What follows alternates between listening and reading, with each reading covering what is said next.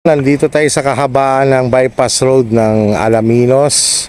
Meron lang tayong ibibigay na reminders para iwas lito, lalo-lalo na sa mga baguhang drivers pa lang, no?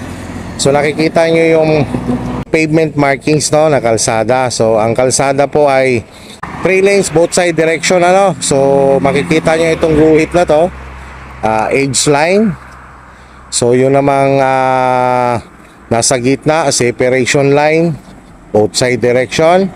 Yun namang putol-putol, no? Broken line. Yan yung mga guhit na pwede tayong mag-overtake. So dito, ito, kita nyo yan, no? Broken line siya, tapos mayroon siyang kasamang solid line. So, para lang po to sa mga hindi pa po nakakaalam, no? Yan pong guhit na yan, broken line na po ang susundin nyo dyan, no? Kasi nandito na po yung edge line.